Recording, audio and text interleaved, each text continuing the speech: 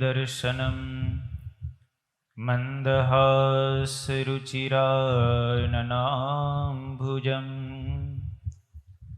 पूजितं सुरनरोत्तमेरमुदा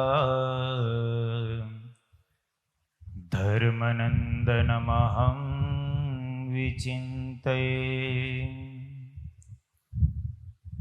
ओम अवतारिणी श्री स्वामिनारायणाय नमो नमः। श्री हरिकृष्णाय घनश्यामाय नमो नमः। श्री पूर्णपुरुषोत्तमाय नमो नमः।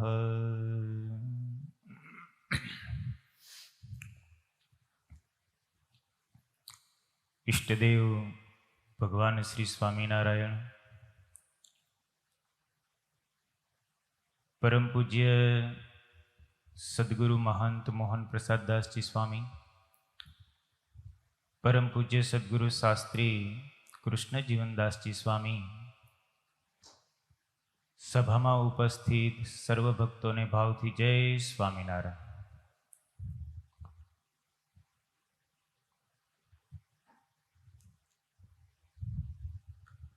આજે અષાઢ સુદ એકાદશીનો પવિત્ર દિવસ, ચાતુર્માસનો આજથી શુભારંભ થાય છે। શિક્ષાપત્રીમાં શ્રીજી મહારાજે ચાતુર્માસનું ખૂબ મહાત્મ્ય બતાવ્યું છે। અમારા આશ્રિત જે સર્વ ભક્તજનો હોય એમણે ચાતુર્માસને વિશે વિશેષ નિયમ ધારણ કરવો।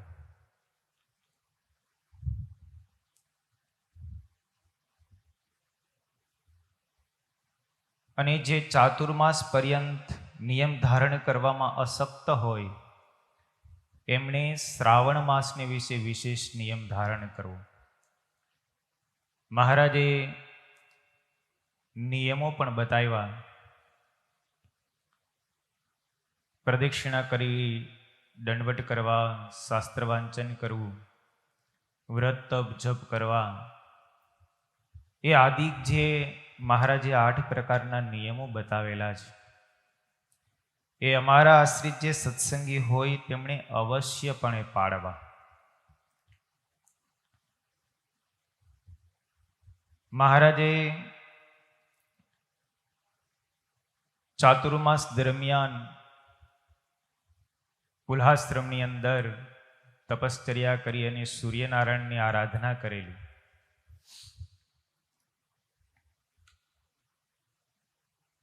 ચાતુર્માસ આપણે એટલા માટે કરીએ છીએ કે ભગવાન નારાયણ અત્યારે પાતાળ લોકની અંદર જાય છે। શાસ્ત્રોની અંદર કથા પ્રચલિત છે। મહારાજ બલિએ જ્યારે યજ્ઞ કર્યો, શુક્રાચાર્ય યજ્ઞના આચાર્ય હતા, પુરોહિત હતા। ભગવાન વામનજી બલિ મહારાજના યજ્ઞની અંદર ગયા અને ભિક્ષાની યાચના કરી। બલિ મહારાજ ભિક્ષા આપવા માટે સંમત થયા। શુક્રાચાર્યજી પામી ગયા કે આ વામનજી નારાયણનો અવતાર છે અને સાક્ષાત નારાયણ છે, મારા શિષ્ય બલિને છેતરવા માટે થઈને આવ્યા છે, માટે કોઈ પણ રીતે એને દક્ષિણા આપવાની પ્રતિજ્ઞા ન કરે એવું કંઈક કરું। પણ વામનજીએ બલિ મહારાજ પાસે 3 ડગલા ધરતી માગી। બલિ મહારાજ આપવા માટે સંમત થયા અને જળધારી લઈ અને જ્યાં પ્રતિજ્ઞા કરવા માટે જાય, શુક્રાચાર્યજીએ જળધારીના મુખની અંદર કીડો બનીને સમાવેશ થઈ ગયા, જેથી કરીને પાણી પડે જ નહીં।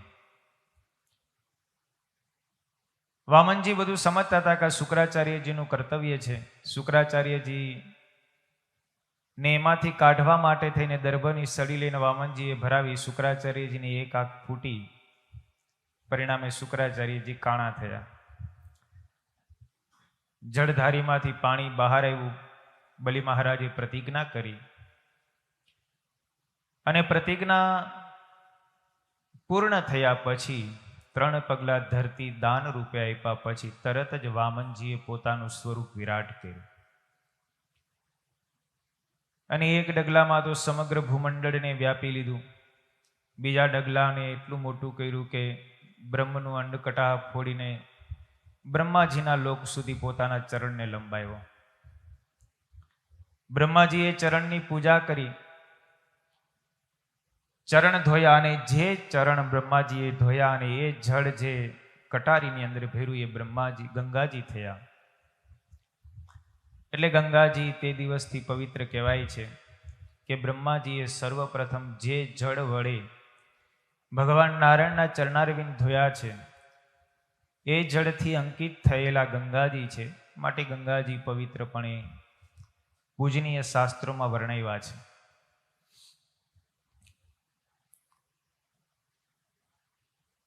ત્રીજું પગલું ક્યાં મૂકવું? કારણ કે સમગ્ર બ્રહ્માંડ 14 લોકને ભગવાને વ્યાપી લીધા હતા, માપી લીધા હતા. બલિ મહારાજને કીધું મારે ત્રીજું ડગલું ક્યાં મૂકવું? બલિ મહારાજ 2 હાથ જોડીને ભગવાનની આગળ નતમસ્તક થયા અને કહ્યું, પ્રભુ ત્રીજું પગલું મારા ચરણ ઉપર મૂકો, મારા મસ્તક ઉપર મૂકો. અને ભગવાન વામનજીએ ત્રીજું ડગલું બલિ મહારાજના મસ્તક ઉપર મૂક્યું, પાતાળમાં નાખી દીધું. બલિ મહારાજની ભગવાનની વિશે એટલી બધી ભક્તિ હતી. બલિ મહારાજને થયું કે હું રાક્ષસ કુળમાં ઉત્પન્ન થયેલું છું, મારા વાળ બહુ બરડ હશે, ભગવાનના ચરણ એકદમ કોમળ છે, એ ભગવાનના ચરણમાં મારા વાળ લાગ્યા હશે, એટલે જીભ વડે ભગવાનના ચરણ ચાટવા લાગ્યો. વામનજી આ બલિ મહારાજની ભક્તિ જોઈ અને ભક્તિ જોઈને મનમાં એમ થયું કે ઓહો, આટલી મારી વિશે ભક્તિ છે. ભગવાન પ્રસન્ન થયા. ભગવાને બલિ મહારાજને કીધું, માગ માગ, તું જે માગને તે આપો. બલિ મહારાજ કે ભગવાન તમે જો મારી ઉપર પ્રસન્ન થયા હો ને તો સદાને માટે મારી સન્મુખ રહો. રાક્ષસ કુળમાં ઉત્પન્ન થયેલો હતો, પણ પ્રહલાદના એના સંસ્કાર રેડેલા હતા. પ્રહલાદનો પુત્ર વિરોચન અને વિરોચનનો પુત્ર બલિ મહારાજ હતા. એક ભગવત ભક્તના સંસ્કાર એ બલિ મહારાજ ઉપર પડેલા હતા. પરિણામ સ્વરૂપે એનામાં ભગવાનની ભક્તિ હતી અને એ ભક્તિના પ્રભાવથી ભગવાન એમની ઉપર પ્રસન્ન થયા અને પ્રસન્ન થયેલા ભગવાને કીધું કે હું તારા દ્વાર ઉપર સદાને માટે રહીશ. આ બાજુ નારાયણ ભગવાન ત્યાં રોકાઈ ગયા. શેષ સૈયા ઉપર લક્ષ્મીજી બેઠા બેઠા રાહ જુએ ભગવાન નારાયણ ક્યારે પધારે, ક્યારે પધારે. પણ નારાયણ તો પાતાળની અંદર વલી રાજાને ત્યાં દ્વારપાળ તરીકે રહ્યા. લક્ષ્મીજીને નારદજીના માધ્યમથી સમાચાર મળ્યા કે તમારા પતિદેવ તો પાતાળમાં બલિ મહારાજને દરવાજે બેઠા છે.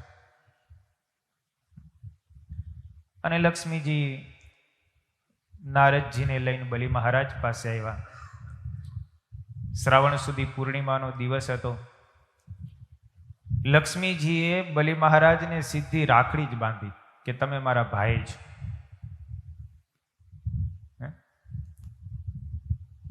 લક્ષ્મીજીએ જેવી રાખડી બાંધી એટલે બલિ મહારાજે કીધું તમે મારા બેન થયા તો મારે તમને કંઈક દેવું જોઈએ, માગો, શું આપું? બીજું કાંઈ નથી જોતું, મારા પતિદેવને છૂટા કરો. મારા પતિદેવ તમારા દરવાજે બંધાયેલા છે ને તમે છૂટા કરો. એટલે લક્ષ્મીજીને દેવું પડે. બલિ મહારાજે કીધું કંઈ વાંધો નહીં, પણ ભગવાને નારાયણે કીધું કે મેં મારા ભક્ત એવા બલિ મહારાજને વરદાન આપેલું છે કે હું તારા દ્વાર પાસે સદાને માટે રહીશ. એટલે ભગવાન નારાયણે કીધું મારા 3 સ્વરૂપો છે, બ્રહ્મા, વિષ્ણુ અને મહેશ રૂપે હું વિરાજમાન રહું છું. એટલે 4 મહિના સુધી અમે અહીંયા વારો કાઢશું. કાર્તિક સુધી, એકાદશી સુધી ભગવાન નારાયણ બલિ મહારાજને દરવાજે રહે. એ 4 મહિના સુધી, આજથી લઈ અને કાર્તિક સુધી, એકાદશી સુધી ભગવાન નારાયણ પાતાળમાં જાય અને પાતાળમાં બલિ મહારાજના દ્વાર પાસે રહી અને બલિ મહારાજના રાજ્યનું રક્ષણ કરે. હવે ભગવાન નારાયણ જ્યારે પાતાળમાં જાય એટલે પૃથ્વી ઉપરના મનુષ્યો નારાયણથી રહિત થાય અને ભગવાન નારાયણના આશીર્વાદ જ્યાં સુધી ન મળે ત્યાં સુધી શુભ કાર્ય કરી શકાય નહીં. એટલે ચાતુર્માસ પર્યંત કોઈ વિવાહ કે કોઈ શુભ કાર્ય થતા ન હોય. પણ હવે તો બધું જ ચાલે છે. હવે તો એ કોઈ માસ નથી નડતો. પણ શાસ્ત્રના વિધિ પ્રમાણે કોઈ પણ શુભ કર્મ ચાતુર્માસમાં થતું નથી. યોગીઓ હોય, યતિઓ હોય, સંન્યાસીઓ હોય, સાધુ પુરુષો હોય, એ ચાતુર્માસ પર્યંત સુધી એક સ્થાનમાં રહીને ભજન કરે. 4 માસ સુધી એ ક્યાંય પણ બહાર વિચરણ ન કરે. આવો એક શાસ્ત્રનો નિયમ છે. ખાસ કરીને અત્યારે પણ વર્તમાન કાળે જૈન સંપ્રદાયની અંદર એ નિયમ સચવાયો છે. સાધ્વીઓ હોય કે સાધુઓ હોય, 4 માસ ચાતુર્માસ શરૂ થાય એટલે એક જગ્યાએ બેસી જાય. પછી એ સ્થાનને છોડીને ક્યાંય પણ કાર્તિક સુધી, એકાદશી સુધી જાય નહીં. ક્યાંય પણ કોઈ જગ્યાએ વિહાર કરે નહીં. ભગવાન નારાયણ કાર્તિક સુધી એકાદશીને દિવસે બહાર આવે, પછી ભગવાન શંકરનો વારો આવે એટલે ભગવાન શંકર અંદર જતા રહે અને એ પછી ધૂણી દખાવીને બેહે એટલે શિયાળાની અંદર કૂવામાંથી હુંફાળું પાણી બહાર આવતું હોય. એટલે આ રીતના પછી શિવરાત્રિ જ્યારે આવે ત્યારે ભગવાન શંકર બહાર આવે ને પછી બ્રહ્માજીનો વારો આ જ દિવસ સુધી હોય. આ રીતે બ્રહ્મા, વિષ્ણુ અને મહેશે બલિ મહારાજની આગળ રહી અને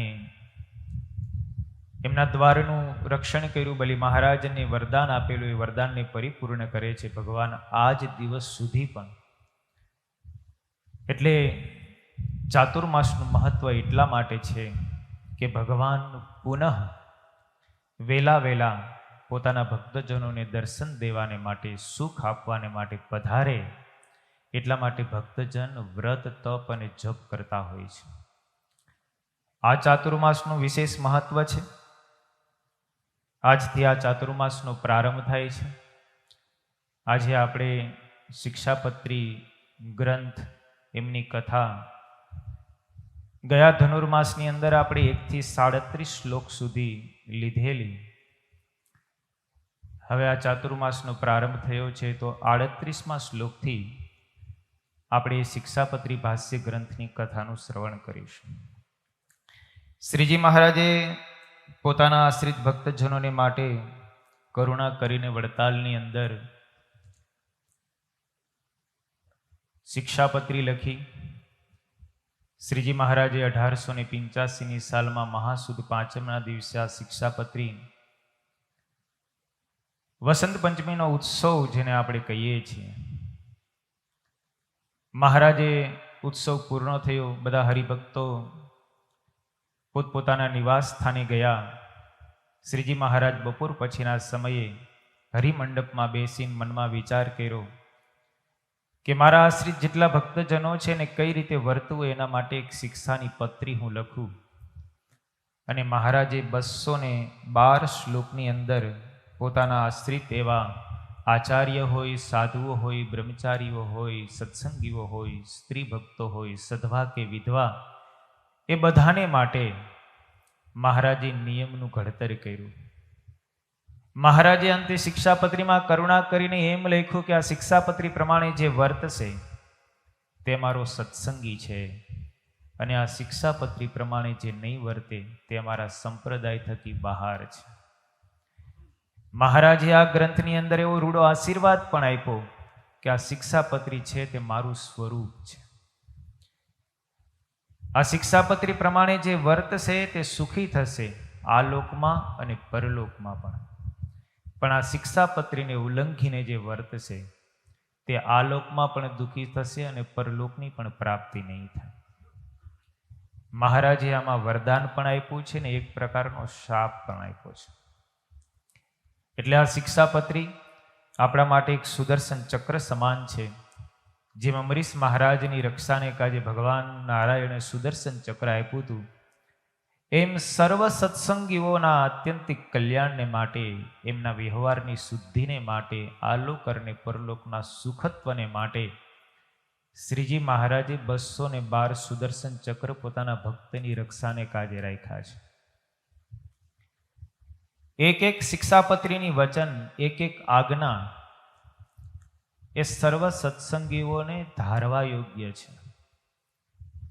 શ્રીજી મહારાજ આ શિક્ષાપત્રીની અંદર પોતાના આશ્રિત ભક્તજનોનું જ કેવળ શ્રેય નથી ઈચ્છતા, પણ પોતાના આશ્રિત એવા જે ભક્તજનો છે એના સંબંધમાં પામેલા પશુઓ, પક્ષીઓ, મજૂરો, દિન વર્ગના મનુષ્યો સર્વનું કઈ પ્રકારે હિત થાય એવી દ્રષ્ટિકોણથી શ્રીજી મહારાજ આ શિક્ષાપત્રી લખે છે. મહારાજ ખુદ વચના શિક્ષાપત્રીમાં લખે છે કે સર્વ જીવ હિતાવહાય. આ શિક્ષાપત્રી છે તે સર્વ જીવોનું હિત કરનારી છે. એવી આ શિક્ષાપત્રી, એની કથા આપણે ગયા ધનુર્માસની અંદર 1 થી 37 શ્લોક સુધી આપણે શ્રવણ કરી. આ શિક્ષાપત્રી ગ્રંથની કથાનો શુભ સંકલ્પ કરનાર રાજકોટ નિવાસી નિલેશભાઈ મગનભાઈ ઝાલાવાડિયા છે. એમને એવો સંકલ્પ થયો કે મારે શિક્ષાપત્રીમાં લખેલા 8 સતશાસ્ત્રો એમની કથા કરવી છે. એટલે સર્વપ્રથમ શિક્ષાપત્રીની જ કથા કરીએ અને ત્યાર પછી એમાં લખેલા 8 સતશાસ્ત્રોની કથા થાય એવો એમનો સંકલ્પ છે. એટલે સર્વપ્રથમ આપણે આ શિક્ષાપત્રી ભાષ્યની કથાનો શુભારંભ કર્યો. ક્રમશર ધીરે ધીરે શિક્ષાપત્રીમાં લખેલા 8 ગ્રંથોની પણ કથા કરીશું. તો મહારાજે શિક્ષાપત્રીમાં લખેલા 212 શ્લોકમાંથી આપણે 37 શ્લોકોનું શ્રવણ કર્યું. હવે 38મા શ્લોકની અંદર શ્રીજી મહારાજ ભક્તજનોની શિક્ષાને અર્થે એને કઈ રીતે વર્તવું તેના માટે થઈને આગળ શ્લોકમાં લખે છે. યસ્મિન પરિહિતે પિસ્યુઃ દૃશ્યાંગાની ચાત્મનઃ તદુષ્યમ વસનમ નેવ પરિધાર્યમ મદાશ્રિતેઃ. મહારાજ 38મા શ્લોકની અંદર એવું લખે છે, અને જે વસ્ત્ર પહેરે થકે પણ પોતાનું અંગ દેખાય એવું જે ભૂંડું વસ્ત્ર તે અમારા સત્સંગી તેમણે ક્યારેય પણ પહેરવું નહીં. આ શ્લોકની અંદર એક જ આજ્ઞા છે કે અમારા આશ્રિત જે સત્સંગી હોય એમણે પોતાનું અંગ દેખાય એવું વસ્ત્ર ક્યારેય ન પહેરવું. અહીંયા મહારાજે કેવળ એક સત્સંગી શબ્દ લખ્યો છે. એટલે કેવળ એ સ્ત્રીઓને જ લાગુ પડે એવું પણ નથી, પુરુષોને પણ લાગુ પડે. અમારા આશ્રિત સત્સંગી એવા જે સ્ત્રી ભક્તો તેમણે પોતાનું અંગ દેખાય એવા વસ્ત્રો ન પહેરવા એવું લખેલ નથી. જેમ સ્ત્રીઓને માટે પુરુષ છે એ વિકાર રૂપ છે, એવી રીતે પુરુષને માટે સ્ત્રીઓ છે એ પણ વિકાર રૂપ છે. સતાનંદ સ્વામીએ શિક્ષાપત્રી ભાષ્યની અંદર કેવા વસ્ત્રો પહેરવા અને કેવા ન પહેરવા એના વિશે લખતા એવું લખે છે. અતિ સૂક્ષ્મમ ચ દૃશ્યાંગમ સ્ફાટિકમ ઝાલ સન્નિભમ ન ધાર્યમ મલિનમ વાસો ધાર્યમ શુચિધનમ ચ તદ. આ શ્લોક સતાનંદ સ્વામીએ સદાચાર દીપોક્તિમાંથી લીધેલો છે.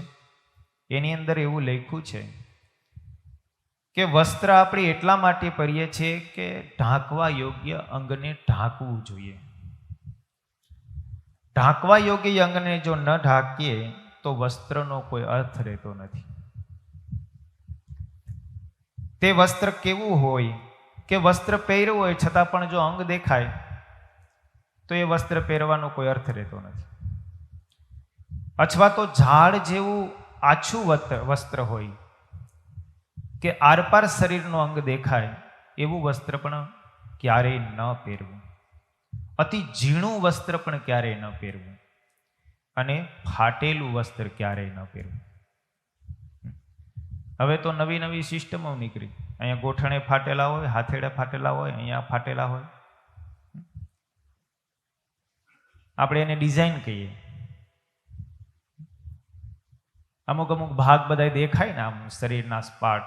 અહીંયા ફાઇન્દ ઉપર એક કાણું હોય મોટું બધું, વહામાં એક કાણું હોય મોટું બધું, બે હાથે હોય, અહીંયા સાથળે હોય, ગોઠણે હોય.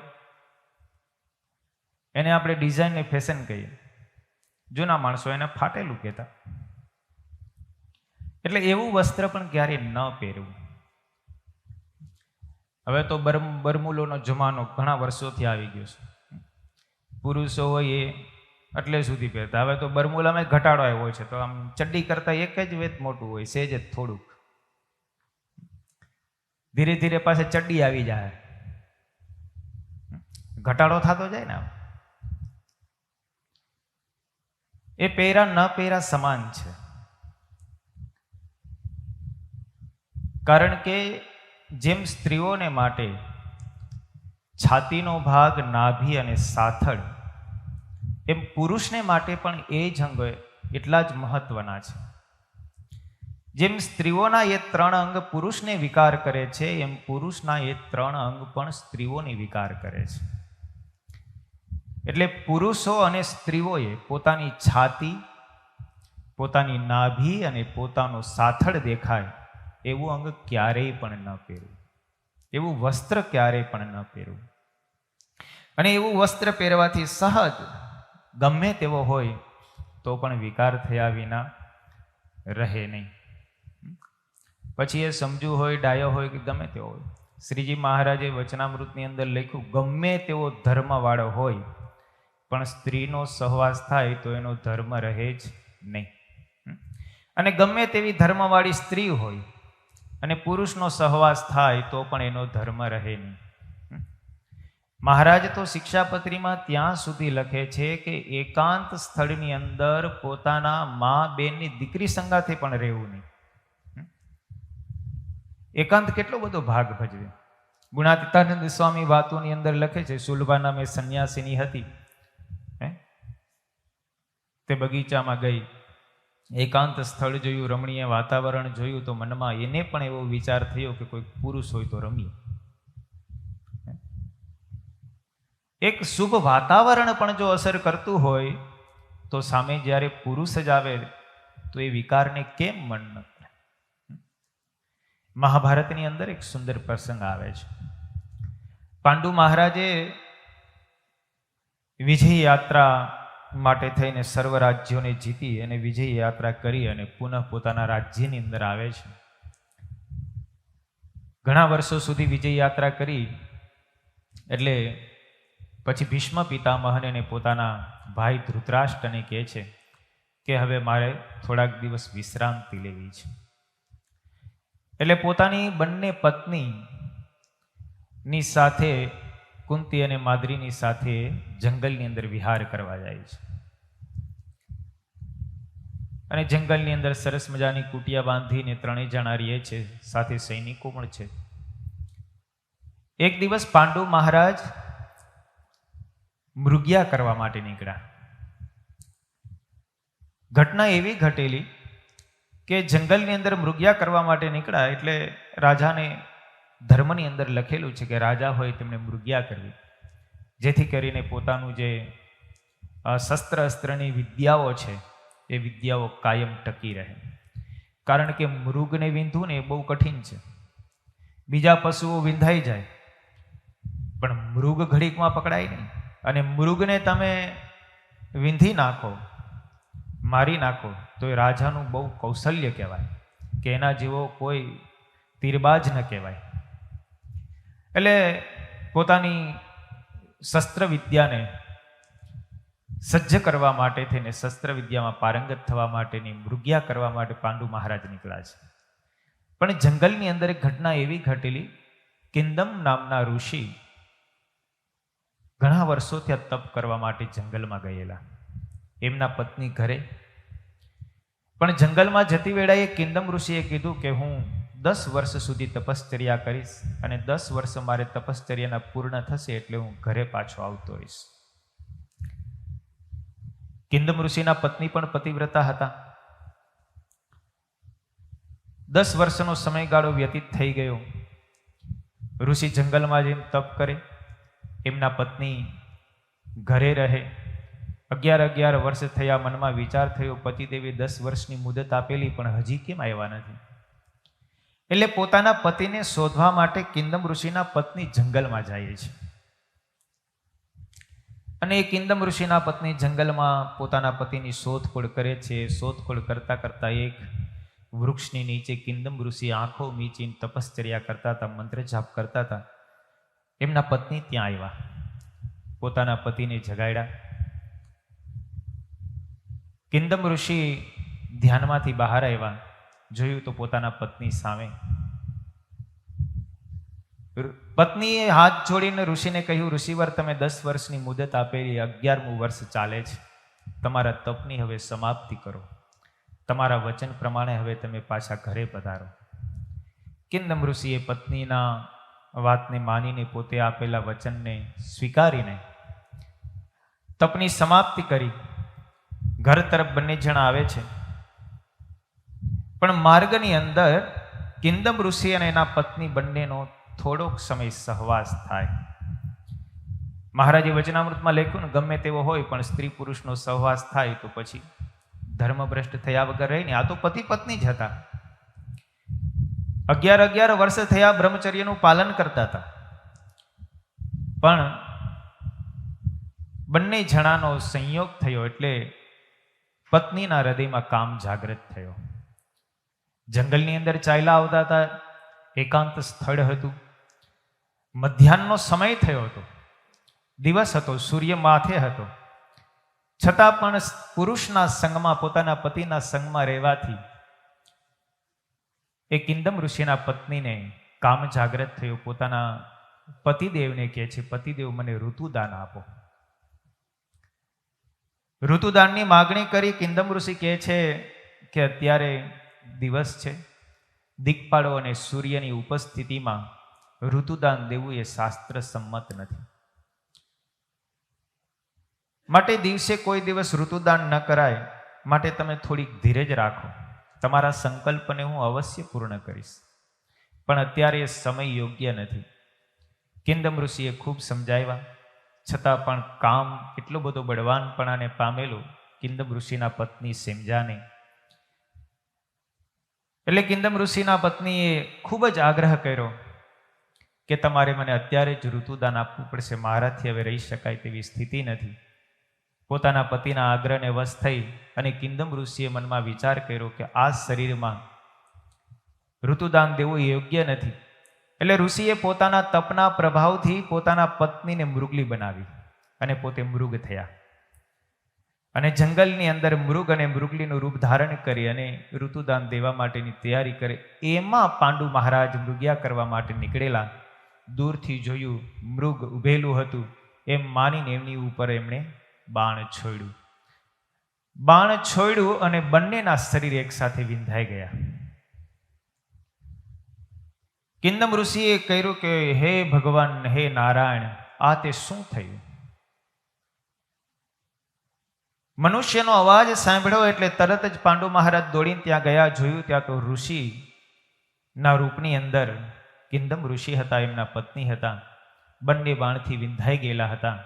બાણ લાગતાની સાથે જ મૃગલીમાંથી પોતાના મૂળ રૂપની અંદર આવી ગયેલા. મનુષ્ય વેશની અંદર આ મૃગમાંથી મનુષ્યનો અવાજ સાંભળી અને પાંડુ મહારાજ કહે છે કે મારી ભૂલ થઈ ગઈ, મને માફ કરો. મેં તો મૃગ જાણીને તમારી ઉપર તીર છોડેલું હતું, મને ક્ષમા કરો. પણ કંદમ ઋષિને અત્યંત ક્રોધ વ્યાપ્યો. પાંડુ મહારાજને શ્રાપ આપ્યો કે હું મારા પત્નીને ઋતુદાન આપી રહ્યો હતો, એવા સમયે તે મને બાણ માર્યું છે.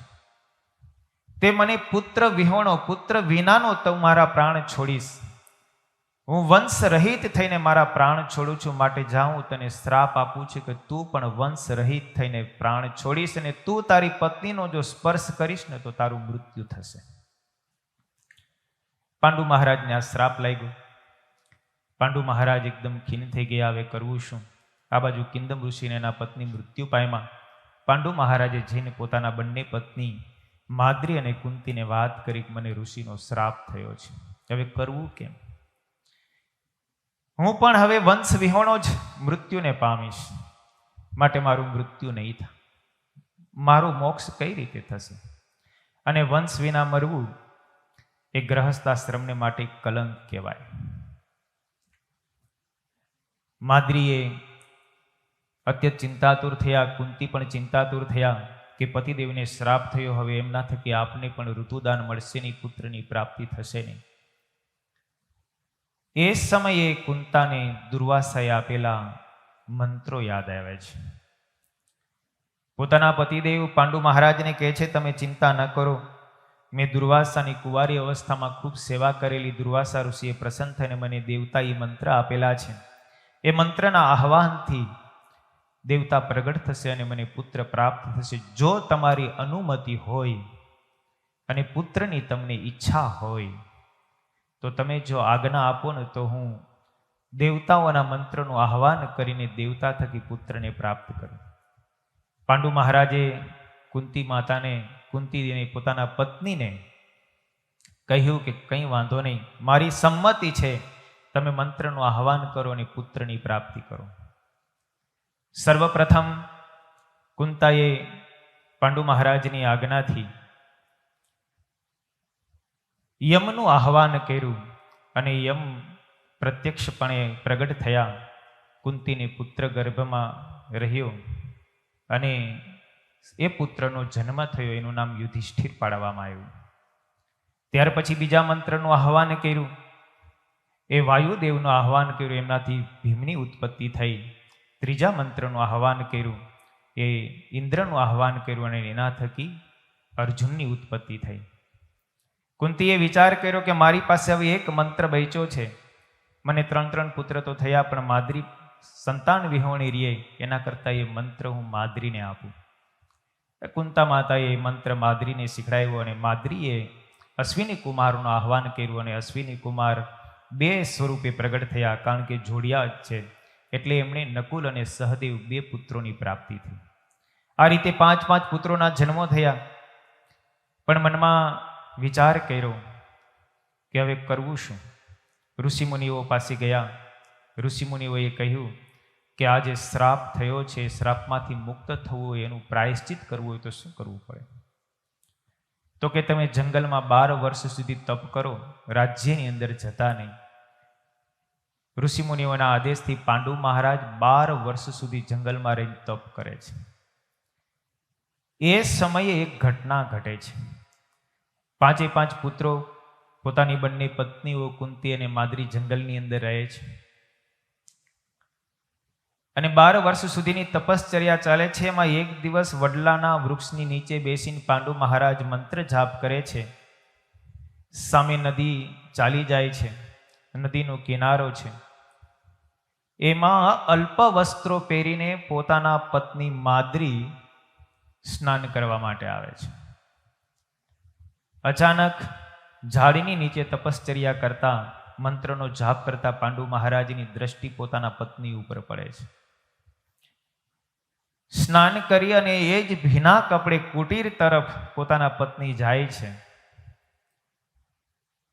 પણ કામ વિહવળ થયેલા પાંડુ મહારાજ મંત્ર જાપ કરતા કરતા ઊભા થઈ ગયા. કારણ કે પોતાના પત્નીને અલ્પ વસ્ત્રની અંદર જોયા, ભીના વસ્ત્રોની અંદર જોયા, શરીરના અંગ દેખાતા હતા, એવા વસ્ત્રોની અંદર જોયા ને એટલે પોતાનું મન નિયમિત ન રહ્યું અને ચંચળ થયું.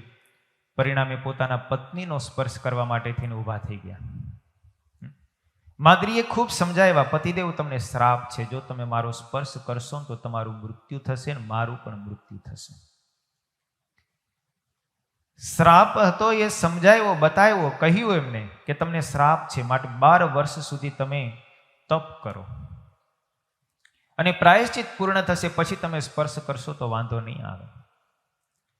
છતાં પણ પાંડુ મહારાજ સમજ્યા નહીં અને માદ્રીનો સ્પર્શ કર્યો અને સ્પર્શ કરતાની સાથે જ પાંડુ મહારાજનું મૃત્યુ થયું.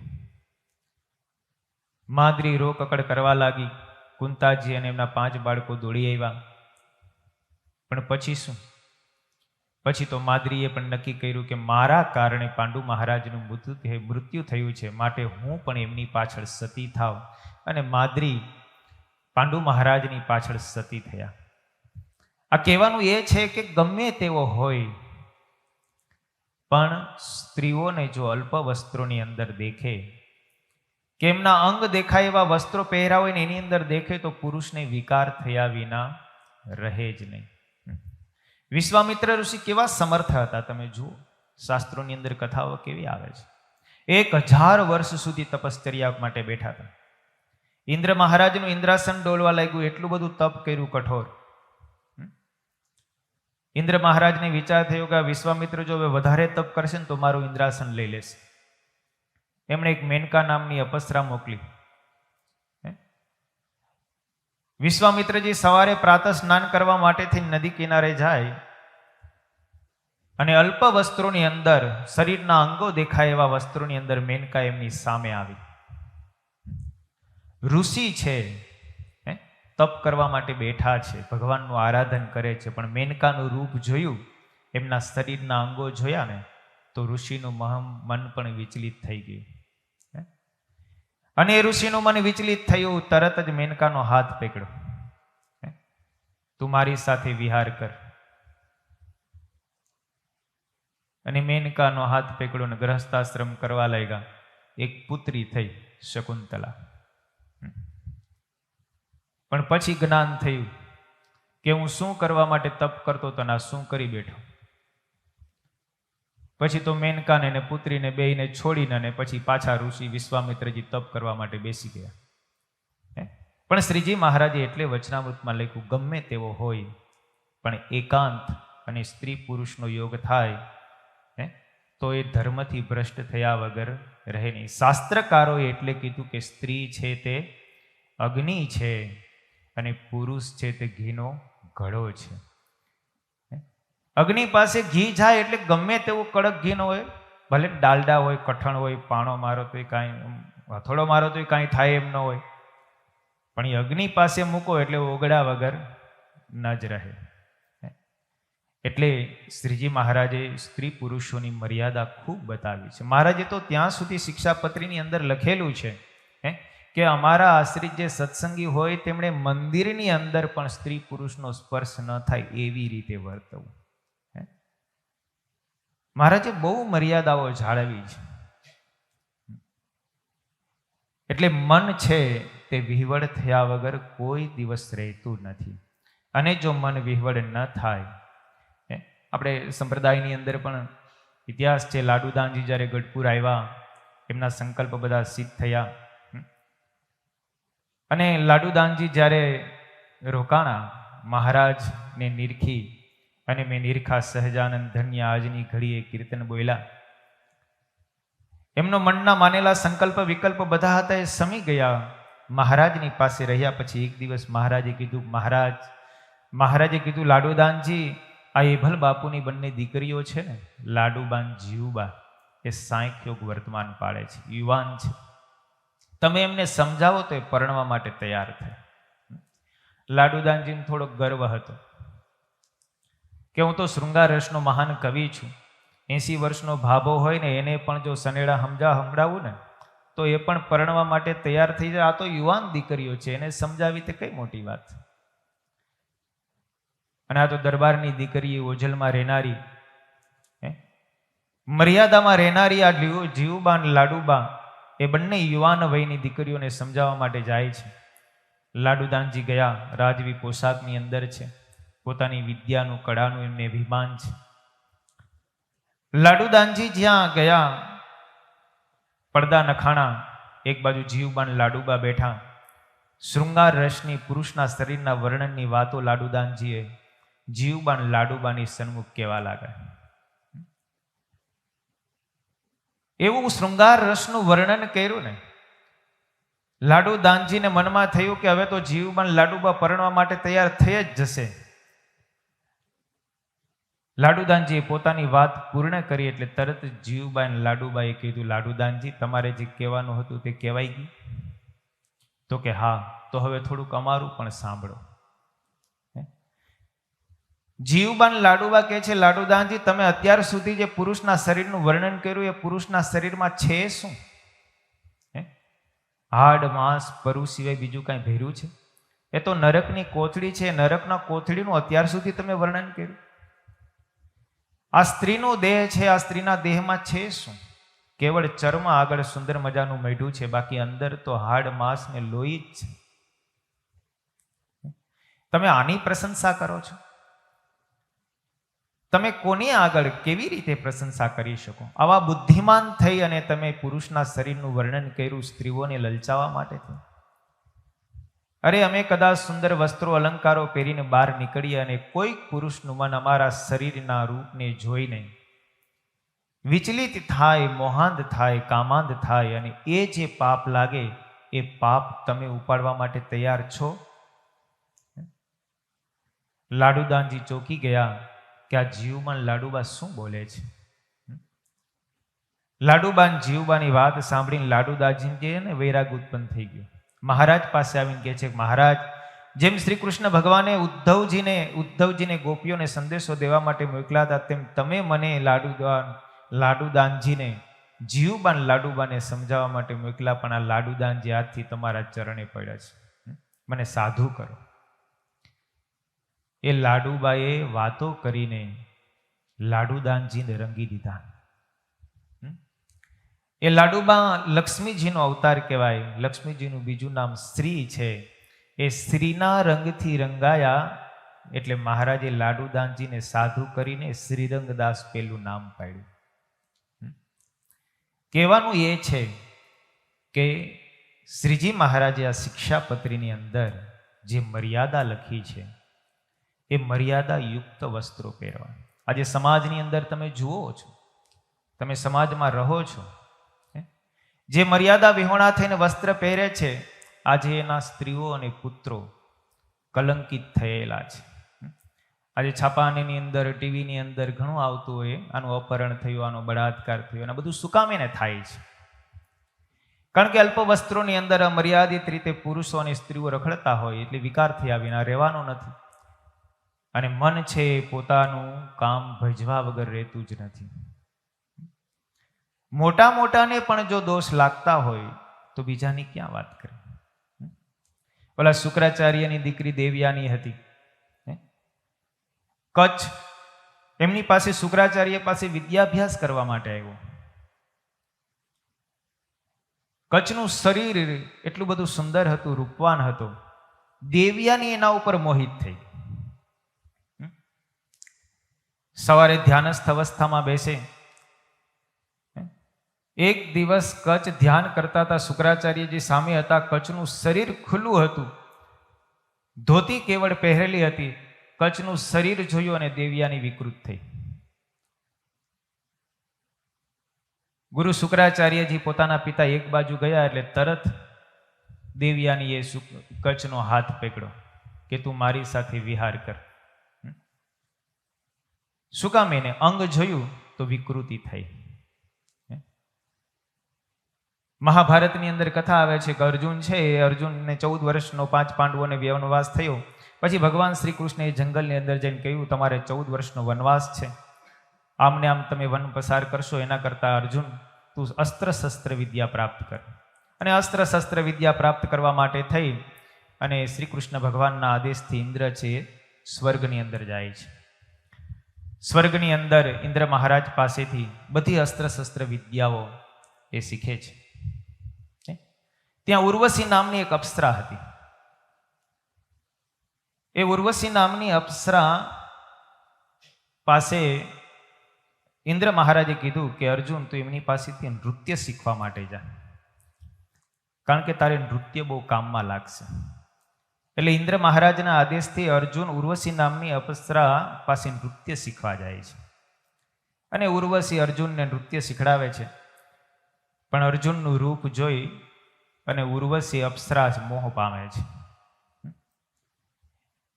અર્જુન તો પોતાની મર્યાદામાં છે, પણ અર્જુનનું રૂપ જ એવું હતું. એ રૂપ જોઈને એમાં મોહ પામી. ઉર્વશી એક દિવસ અર્જુનને કીધું, અર્જુન તું મારી સાથે પરણ, મારી સાથે વિહાર કર. અર્જુન કહે છે કે હું પરિણીત છું. મારે સુભદ્રા નામની પત્ની છે, પાંચાલી છે. હું તમારી સાથે વિહાર ન કરી શકું. હું તો તમને માતાના રૂપમાં જોઈ શકું, પણ પત્નીના રૂપમાં ક્યારેય જોઈ ન શકું. હું તમારી પાસે નૃત્ય વિદ્યા શીખો છું, માટે તમે મારા ગુરુ છો. હું તમને માતાના રૂપમાં જોઈ શકું, પત્નીના રૂપમાં ક્યારેય ન જોઈ શકું.